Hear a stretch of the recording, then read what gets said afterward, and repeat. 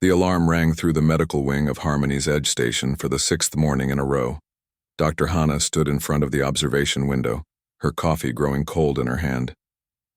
Behind the thick glass, 3 small creatures huddled together in the corner of their room. They looked like a mix between cats and something not quite from Earth. Their fur was dull gray, and their large eyes followed every movement the humans made outside. Hana had not slept well in days. None of the medical team had. The 3 cubs were dying, and nobody knew why. Still nothing? Captain Doyen asked as he walked up beside her. His uniform was crisp despite the early hour, but his face showed the same exhaustion everyone felt. Nothing, Hana said quietly. They won't touch any of it. Inside the room, trays of food sat untouched. There were 17 different dishes, all prepared according to Vralthic nutritional databases. Some were pastes, some were liquids, some looked like small protein cubes. The cubs had sniffed a few of them on the first day. Since then, they simply ignored everything the humans brought. Doyen crossed his arms. The medical scans show they're starving. Their bodies are eating their own muscle tissue now. Why won't they just eat? I don't know, Hana admitted. It was the worst part. Not knowing. She was a xenobiologist, trained to understand alien life forms. She had studied 17 different species during her career. But these 3 small cubs were a complete mystery. Dr. Minho joined them at the window. He was the station's expert on Vralthic culture, though he would be the first to admit his knowledge had huge gaps. The Vralthic homeworld had been destroyed 3 years ago in a war nobody won. Most of their people were scattered across space, and much of their culture had been lost. I've gone through every fragment of data we have, Minho said, rubbing his tired eyes. There's nothing about cubs refusing food. Nothing about special feeding requirements for the young. It's like this entire aspect of their culture was never recorded, or was destroyed with their world, Hana said softly. The 3 cubs had been found inside an escape pod, drifting near the gas giant the station orbited. Their colony ship had been attacked by raiders. Everyone else on that ship was dead. Somehow, someone had managed to get these 3 babies into a pod before the end. The cubs were alone now. The last of their particular family group. Maybe the last cubs from their entire settlement. We have to do something, Doyen said. His voice was firm, but Hana could hear the worry underneath. 48 hours. That's the deadline. If they don't eat by then, we start forced feeding protocols. Hana's stomach twisted at the thought. Forced feeding meant tubes and restraints. It meant the cubs would be terrified. But it also meant they would live. Maybe. If their bodies didn't reject the food anyway. If the stress didn't kill them first. Understood, Hana said. Doyen left to attend to his other duties. Minho stayed a moment longer, staring at the cubs with a sad expression. My grandmother used to say that food is more than nutrition, he said. She said every meal tells a story. Every dish carries memory. He shook his head. I wonder what story these cubs are waiting to hear. After he left, Hana remained at the window. She watched the cubs carefully, noting everything. They moved very little. Every few hours they would stand and walk to the water dispenser for a drink. Then they would return to their corner and huddle together. Before each mealtime, when the automated system brought in fresh food trays, they did something strange. The 3 cubs would touch their foreheads together. They would stay like that for almost a full minute, making soft sounds that the universal translator could not interpret. Then they would separate and look at the food trays. And then they would turn away. It was like a ritual. But a ritual for what? Hana pulled out her datapad and made notes. She had been documenting every behavior, hoping to find a pattern. The cubs were clean. They groomed each other regularly. They drank water without any problem. They seemed to understand that the humans were trying to help. They did not show aggression or extreme fear. They just would not eat. What are you waiting for? Hana whispered to them through the glass. One of the cubs, the smallest one the medical team had named Whisper, turned its head and looked directly at her. For a moment their eyes met. Hana felt something in that gaze. Sadness, loneliness, and something else she could not quite identify. The day passed slowly. Hana tried to focus on her other work, but her mind kept returning to the cubs. She attended a meeting where Chief Medical Officer Jiwon presented their options. None of them were good. Engineer Bora suggested trying to synthesize food that smelled like it came from the Vralthic homeworld, but nobody had samples of those original ingredients. They were working blind, guessing at solutions. That night, Hana could not sleep. She returned to the observation room long after her shift had ended. The station was quiet, running on night cycle. Most of the crew was asleep.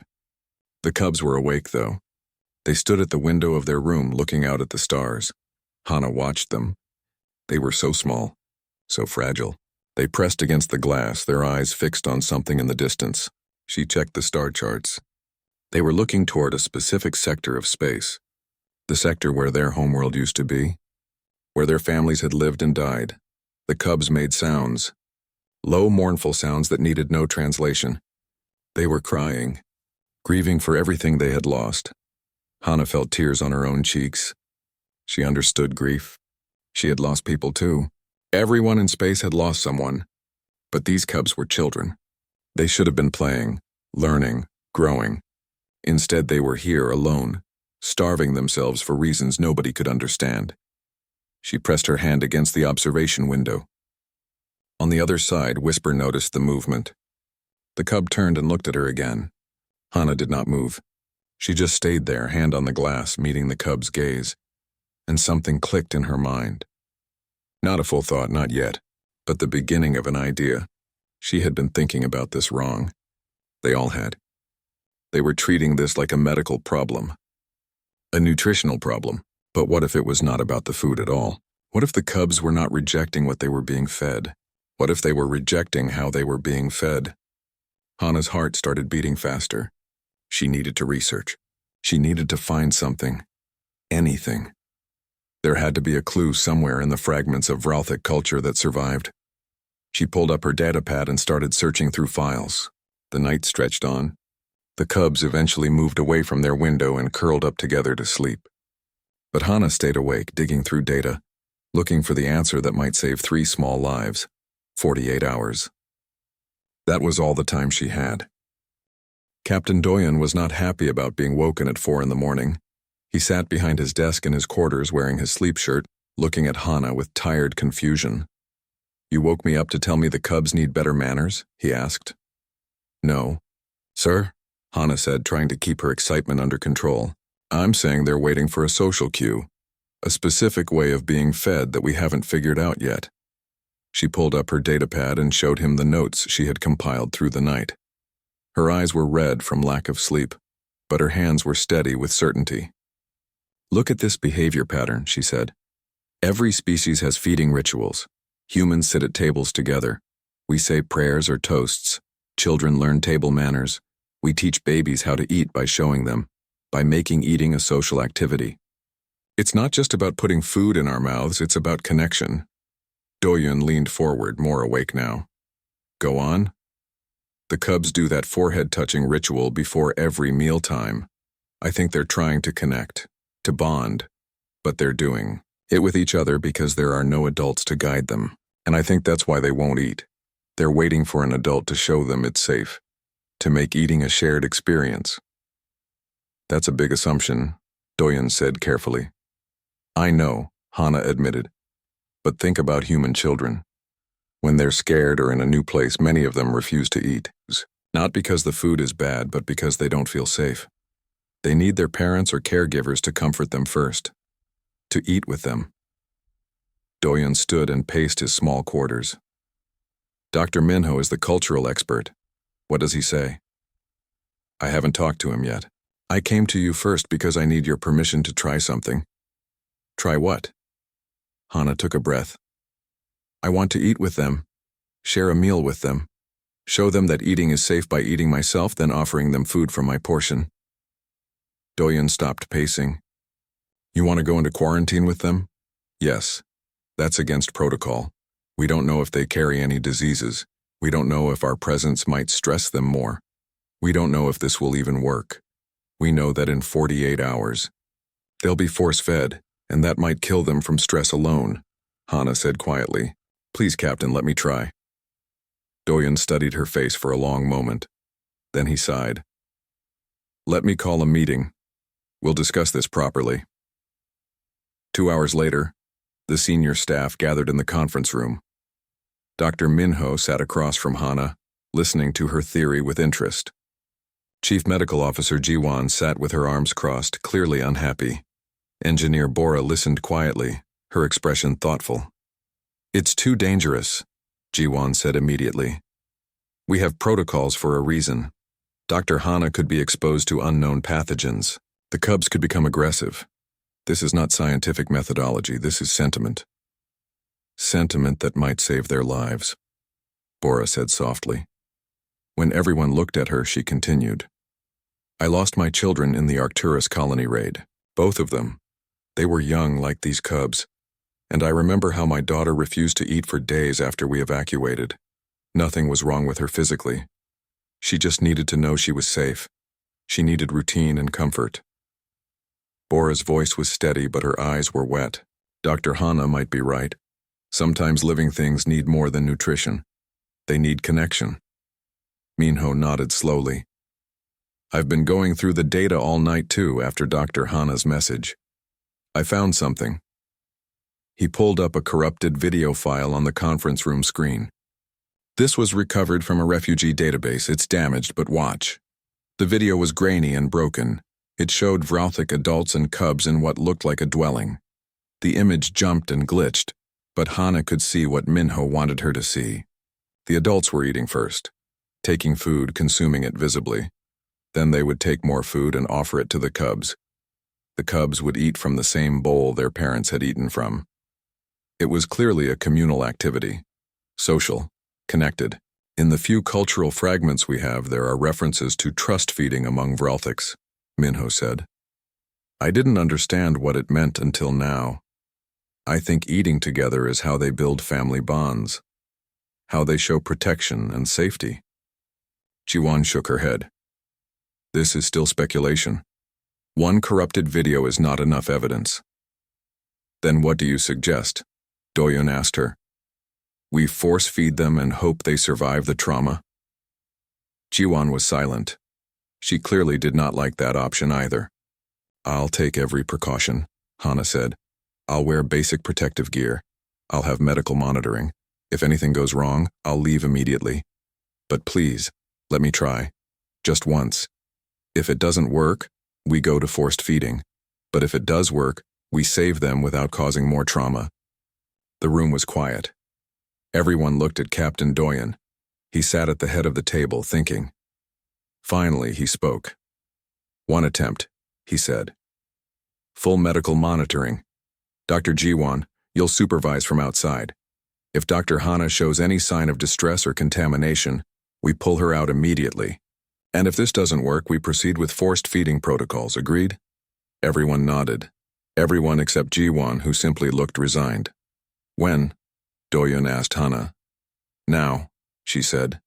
"They've missed too many meals already. Every hour counts."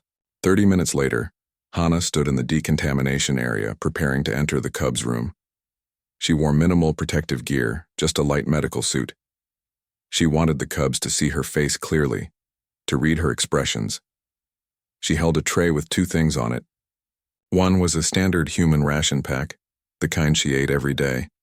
The other was a bowl of Vralthic nutrient paste, the same food the cubs had been refusing. Through the communication system, she heard Jiwan's voice. "Vital signs are normal. You're cleared to enter. Remember any sign of trouble and you come out immediately." "Understood," Hana said. She pressed the button and the door slid open. She stepped into the cubs' room. The door closed behind her with a soft hiss. The cubs, who had been sleeping in their corner, woke immediately. They scrambled to their feet and pressed themselves against the far wall, watching her with wide eyes. Hana's heart pounded. She had been in rooms with dangerous alien predators before. She had studied creatures that could kill a human in seconds. But somehow these 3 small, scared cubs made her more nervous than any of them. Because they were not dangerous. They were just frightened children who had lost everything. She sat down on the floor slowly, making herself small, non-threatening. The cubs watched every movement. Hana opened her ration pack and began to eat, moving slowly and deliberately. She took a bite of her protein bar, chewed, swallowed. The cub's eyes followed the food from her hand to her mouth. She took another bite. Then another. She ate about half of her ration, taking her time. The cubs remained pressed against the wall, but she noticed they were leaning forward slightly, watching with intense focus. Then Hana did something that felt natural to her, though she knew it might mean nothing to the cubs. She looked at each of them in turn and smiled. A warm, genuine smile, the kind she might give to a scared human child. She pushed the bowl of Ralthic nutrient paste toward the middle of the floor, then moved back, creating space, offering but not forcing. Nothing happened. The cubs stayed where they were. Minutes passed. Hana could hear Jiwon's voice in her earpiece telling her this was not working, suggesting she should leave. But Hana stayed. She sat on the floor, relaxed and calm, and waited. She did not stare at the cubs. She did not move toward them. She simply existed in their space, showing them that she was not a threat. More minutes passed. Then Whisper, the smallest cub, took one step forward, then another. The other two cubs made nervous sounds, but Whisper kept moving, slowly, carefully. The cub approached. Not toward the food, toward Hana. Hana held very still. Her heart was racing, but she kept her breathing steady. Whisper came closer, closer, until the cub was right in front of her. Then the small creature reached out with one delicate paw and touched Hana's face. The touch was gentle, curious, seeking. Hana smiled again. "Hello," she whispered. "It's okay. You're safe." Whisper made a soft sound. The other two cubs, Shadow and Echo, began to move forward too. Soon all three cubs were around her, touching her arms, her hands, her face, investigating her. And Hana understood something profound in that moment. These cubs did not just need food. They needed to know they were not alone. They needed connection before they could accept care. The three cubs surrounded Hana, their small paws touching her gently. She remained very still, letting them investigate. Through her earpiece, she could hear the medical team talking in urgent whispers. Someone wanted to pull her out. Someone else said to wait. Captain Doyen's voice cut through the others, calm and firm. "Let her continue." Whisper pressed its forehead against Hana's shoulder. The gesture felt significant, though Hana did not fully understand why. Shadow and Echo moved closer too until all three cubs were touching her in some way. They made soft sounds, not quite purring, but something similar. A sound of comfort. Hana slowly reached toward the bowl of nutrient paste. The cubs tensed but did not move away. She scooped a small amount onto her fingers and brought it to her mouth. The paste tasted bland, almost like unseasoned oatmeal, but she ate it without showing any displeasure. She made sure the cubs could see her eating, see her swallowing, see that she was not afraid of the food. "It's good," she said softly, knowing they probably could not understand her words but hoping her tone conveyed safety. "It's safe, I promise." She took another small portion and ate it. Then she moved the bowl slightly closer to the cubs and retreated a little, giving them space, giving them choice. The cubs looked at each other. Then they did their ritual. They pressed their foreheads together, all three of them forming a small circle. They stayed that way for almost a minute, making their soft sounds. Hana watched, barely breathing. This was the moment they had done before every refused meal. But something felt different now. She was here with them, a witness, maybe even in some small way a participant. The cubs separated from their forehead touch. Whisper looked at the bowl, then looked at Hana, then back at the bowl. The small cub took one step toward the food, then another. Shadow and Echo remained close to Hana, as if drawing courage from her presence. Whisper reached the bowl and sniffed it. The cub had sniffed this same food dozens of times before and always turned away. But this time Whisper dipped one small paw into the paste, brought it to its mouth, and licked it clean. In the observation room, Hana heard someone gasp. She did not dare move. Whisper took another small taste, then another. The cub ate slowly, carefully, but it was eating. Shadow made a sound and moved toward the bowl. Echo followed. Soon all three cubs were gathered around the food, taking small portions, eating together. Hana felt tears on her cheeks, but she did not wipe them away. She did not want to make any sudden movements. The cubs ate for several minutes. They did not finish the bowl, but they ate more than medical scans had shown in their stomachs for a week. When they seemed satisfied, they moved away from the food and came back to Hana. They pressed against her, seeking contact, seeking comfort. Hana carefully put her arms around them. They were warm and surprisingly soft. Their fur had been dull and lifeless, but she could already feel a slight difference in texture, as if eating had brought some vitality back immediately.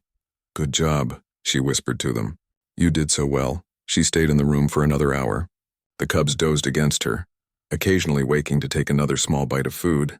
Hana ate small portions too, maintaining the pattern, showing them that eating was something done together, something shared, something safe. When she finally left the room, the medical team was waiting. Dr. Jiwan ran scanners over her immediately, checking for any contamination. Everything came back clean. Captain Doyen stood watching with his arms crossed, but there was something like relief on his face. "They ate," Bora said, her voice full of wonder. "They actually ate." Dr. Minho was reviewing the recordings of what had happened in the room. "This is incredible." "You were right, Dr. Hana. It was about social feeding. They needed to see an adult figure eating first. They needed trust before they could accept nourishment." Jiwan finished her scans and looked at Hana with grudging respect. "Your vital signs are fine. No contamination detected, and you saved their lives." She paused. "I still think it was reckless, but I'm glad it worked." Hana was exhausted. The adrenaline was wearing off, and she felt like she might collapse. But she also felt something else, a sense of connection to those 3 small cubs, a feeling that was both wonderful and slightly concerning. "What happens now?" she asked Doyen. "Now we see if they'll eat again," he said. "And we need to figure out long-term care. They clearly need you specifically. That's going to be complicated." Over the next few days, the pattern became clear. The cubs would only eat when Hana was present. She tried having other medical staff bring them food. They refused. She tried leaving food and walking away. They ignored it. But when she sat with them and ate first, they would join her. Every single time, Hana found herself spending hours each day in the cubs' room. She would bring her meals there and eat with them. They grew more comfortable around her, more playful. They began to explore their room more. Their fur became glossy and thick. Their eyes grew brighter. They were healing, but Hana noticed something else too. She was becoming attached to them. Very attached. She thought about them constantly when she was not with them. She worried about their well-being. She felt protective in a way that went beyond professional concern. 3 weeks after the cubs' first meal, Hana sat in her quarters late at night, unable to sleep. She was looking at pictures of the cubs on her datapad, smiling at their antics, missing them even though she had left them only a few hours ago. There was a chime at her door. She opened it to find Dr. Yunji, the station psychiatrist. They had spoken a few times during the crisis, but not much since. "May I come in?" Yunji asked. Of course, they sat in Hana's small living space. Yunji looked at her with kind eyes. "I've been monitoring the situation with the cubs, and I've been monitoring you." "I'm fine," Hana said automatically. "Are you? You're spending 6 to 8 hours a day with them. Your other research projects are suffering.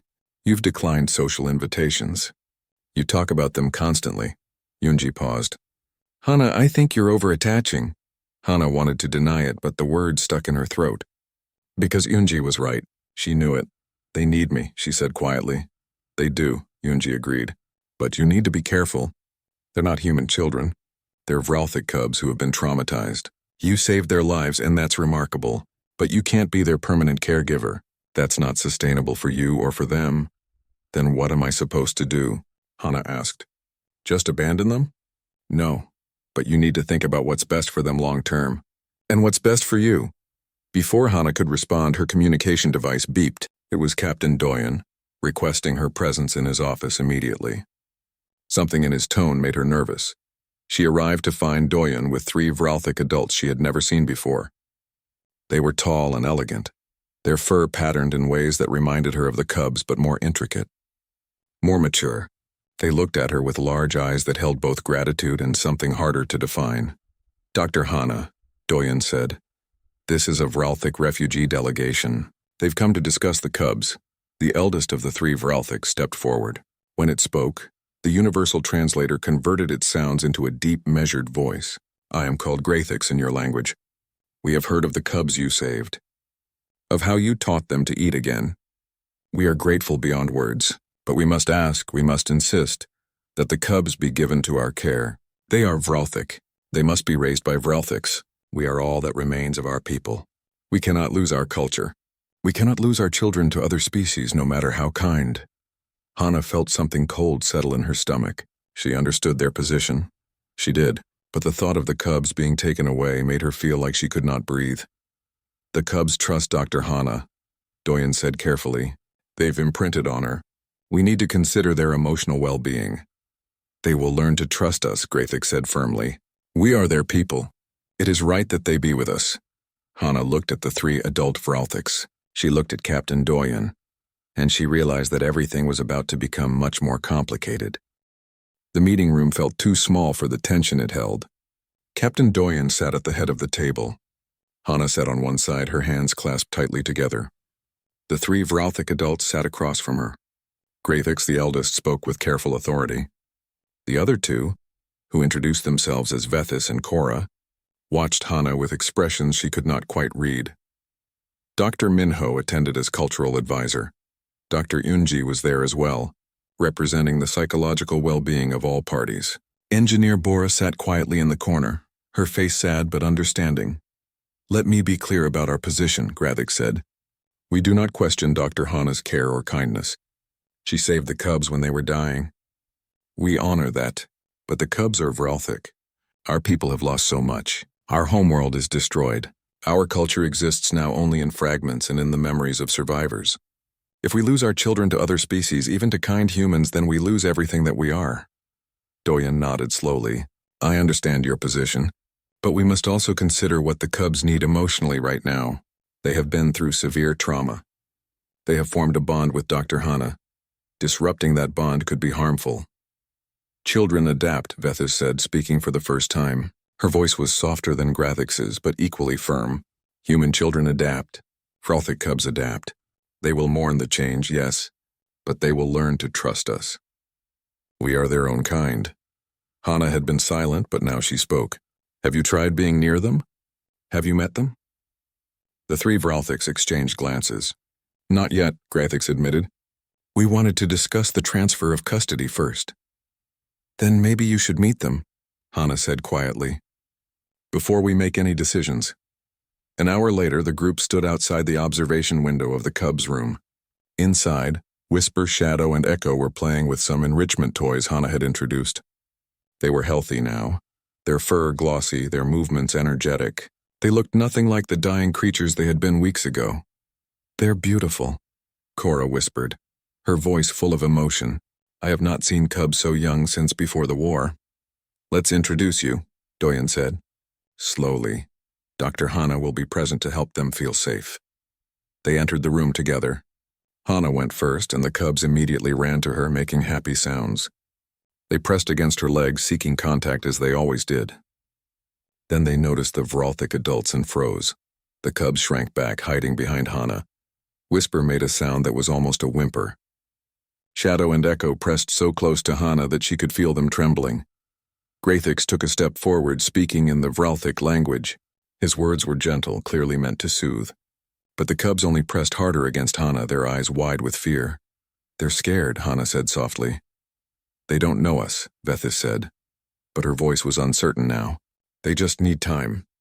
Hana knelt down and put her arms around the cubs. She spoke to them quietly. It's okay. These are Vralthics like you. They want to help you. They're not going to hurt you. But the cubs would not move away from her. When Cora tried to approach slowly, offering her hand in what was clearly meant to be a peaceful gesture, the cubs hissed and showed their small teeth. Hana had never seen them do that before. The meeting ended with no resolution. The Vralthic adults were clearly upset by the cubs' rejection, but they tried not to show it. Grathix insisted it was just a matter of time and familiarity. But Hana saw the doubt in his eyes. Over the next week, the Vralthic delegation stayed on the station and made several attempts to bond with the cubs. Each time the same pattern repeated. The cubs would be calm and playful until the adult Vralthics appeared. Then they would become frightened and hide behind Hana. Captain Doyen called another meeting. This time his expression was more troubled. We need to make a decision, he said. The delegation wants to take the cubs to a Vralthic refugee settlement. Dr. Hana, your position? Hana had thought about this constantly. She had lost sleep over it. She knew what the right answer was supposed to be, but she also knew what she felt in her heart. The cubs need stability, she said carefully. They need to feel safe. Right now they don't feel safe with the Vralthic adults. I don't know why. Maybe it's because they associate adult Vralthics with the attack on their ship. Maybe it's because they've bonded with humans now and don't remember Vralthic care patterns. But forcing them to go with people they fear could cause serious psychological damage. Are you saying they should stay with you? Grathix asked. His tone was not aggressive, but there was pain in it. Forever? You would take our children and make them human? I'm not trying to make them human, Hana said. I'm trying to keep them alive and healthy. Alive but lost to their own culture, Vethis said. Is that truly life? The words hit Hana hard because there was truth in them. What would happen to these cubs if they grew up with only human contact? Would they remember they were Vralthic? Would they have any connection to their heritage? Bora spoke up from her corner. What if there was a middle way? A compromise? Everyone looked at her. She stood and walked to the center of the room. The cubs trust Dr. Hana, Bora said, but they need to learn Vralthic culture. What if Dr. Hana worked with the delegation? What if she helped ease the transition, slowly introducing the cubs to Vralthic adults while she's present? Teaching the delegation how Dr. Hana feeds them, how she interacts with them. Over time, the cubs might learn to trust the adults, and the adults might learn what these specific cubs need. Grathix considered this. You propose shared custody? I propose a transition period, Bora said. However long it takes, with the cubs' well-being as the first priority. Doyan looked at Hana. Would you be willing to do that? It would take a lot of your time. And eventually, if the transition works, you would have to say goodbye. Hana felt her throat tighten. The thought of saying goodbye to the cubs hurt more than she wanted to admit. But she thought about what was best for them. Really best for them. Yes, she said quietly. I'll do it. The transition plan began immediately. Hana spent hours teaching the Vralthic delegation about the cubs' routines. She showed them how to do the communal feeding, how to sit calmly and eat first before offering food, how to give the cubs space while still being present. Grathix struggled at first. He wanted to approach the cubs with traditional Vralthic greeting rituals, but those rituals involved direct approach and contact that frightened the cubs. Hana had to gently redirect him to slower, quieter methods. You have to let them come to you, she explained. They've lost the instinct to trust adult authority. You have to earn it back. It was Cora who made the first breakthrough. She sat very still during a feeding session, not trying to interact, just being present. Whisper, always the bravest, approached her cautiously. Cora did not move. She barely breathed. And slowly, Whisper touched her hand with one small paw. The contact lasted only a second before Whisper darted back to Hana. But it was a beginning. Vethis learned to play the cubs' games. Human games that Hana had taught them, like chasing a light dot on the floor. The cubs would play, and Vethis would join in, moving the light for them. Through play, she began to build trust. Grathix took the longest.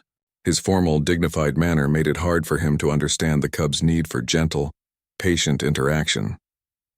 But one day, Hana found him sitting outside the cubs' room late at night, watching them through the observation window. There were tears on his face. I failed them, he said quietly. All of our children. I was a teacher on our homeworld. I taught history and culture to young ones. And now I cannot even approach 3 traumatized cubs without frightening them. Hana sat beside him. You didn't fail anyone. The war failed them. The violence failed them. You're trying to help them now. That's what matters. They should know me, Grathix said. They should know their own people. Instead, they know a human woman who figured out what we could not. I didn't figure anything out, Hana said. I just did what felt natural to me. I treated them like frightened children who needed comfort. That's not Vralthic knowledge or human knowledge. That's just empathy. Grathix looked at her. Perhaps that is what makes humans special. You feel for others so easily, even for cubs who are nothing like your own young. 3 weeks into the transition, the cubs ate a meal with only the Vralthic adults present.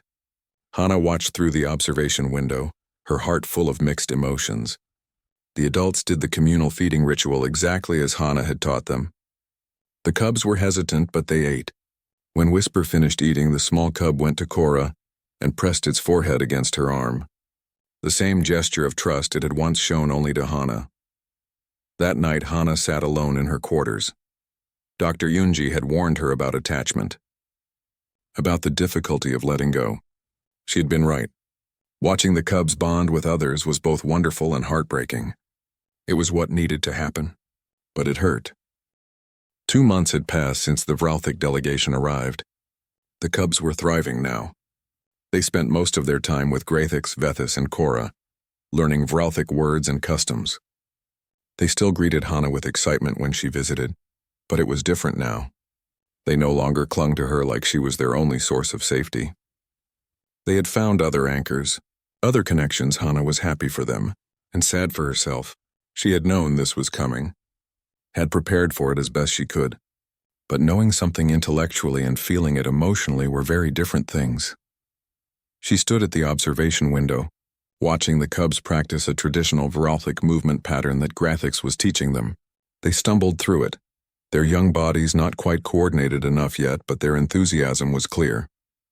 Grathix praised them gently, touching their foreheads in what Hana now knew was a gesture of approval and affection.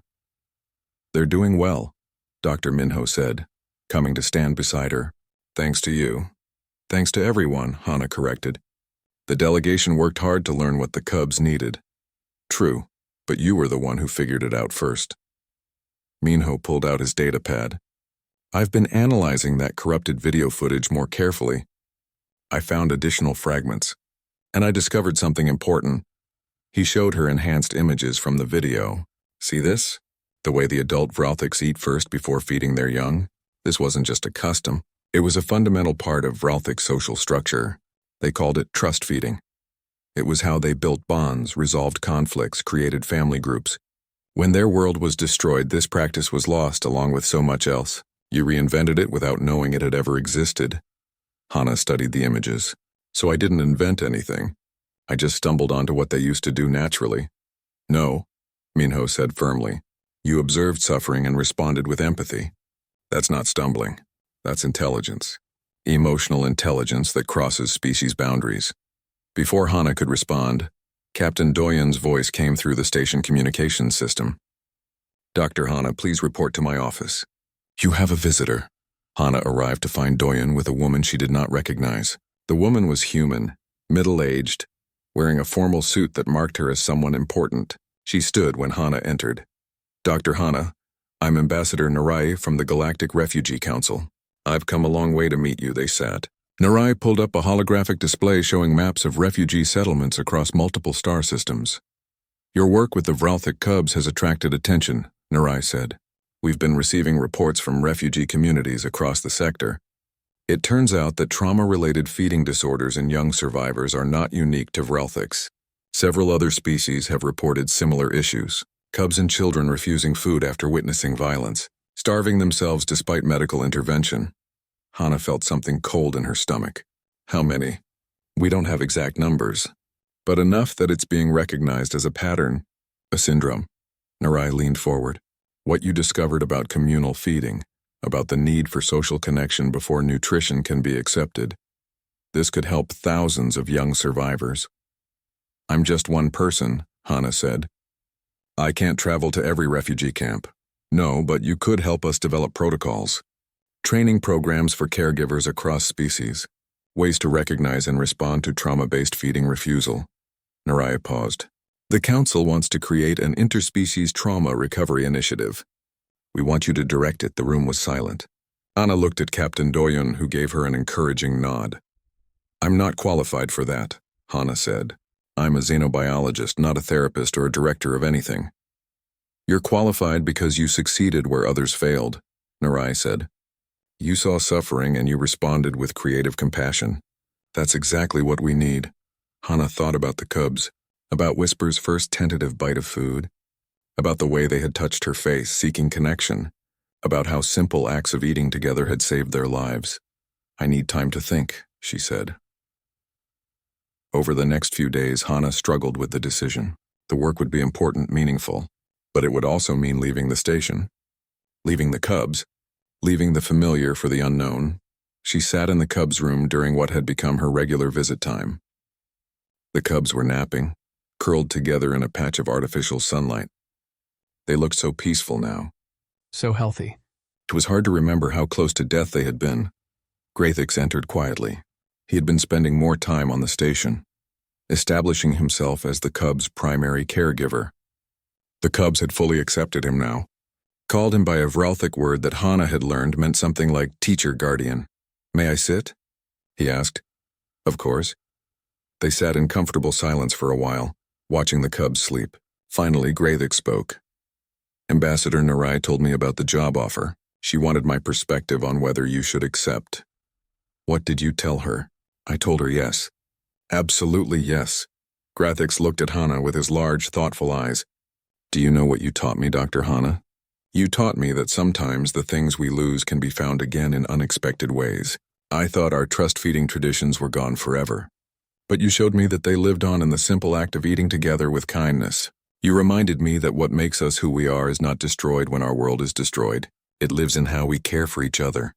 The cubs will miss you," he continued, "and you will miss them. But they are safe now. They have a future, and there are other cubs, other children across the galaxy who need what you learned here, who need someone to see their suffering and respond with wisdom." Hana felt tears on her cheeks. "I don't feel wise. I feel like I just did what anyone would do."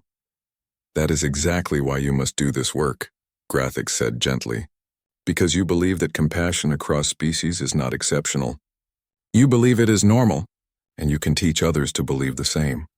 That night, Hana made her decision. She contacted Ambassador Narai and accepted the position. The next few weeks were a blur of preparation. Hana packed her belongings, said goodbye to colleagues who had become friends, attended meetings about her new role, feeling overwhelmed but determined. The hardest part was saying goodbye to the cubs. She spent one last evening with them, sharing a meal the way they had done so many times before. The cubs ate happily, occasionally bringing her choice bits of food in a gesture that made her heart ache. They had learned to share care, just as she had shown them. When it was time to leave, all three cubs performed the forehead touch ritual with her. Whisper, now confident and talkative, spoke in careful galactic standard. "You taught us to eat, but you also taught us it is okay to be alive again." Hana hugged each of them, memorizing the feeling of their soft fur, their warm weight against her. "You taught me something too. You taught me that kindness can cross any boundary, even between completely different species."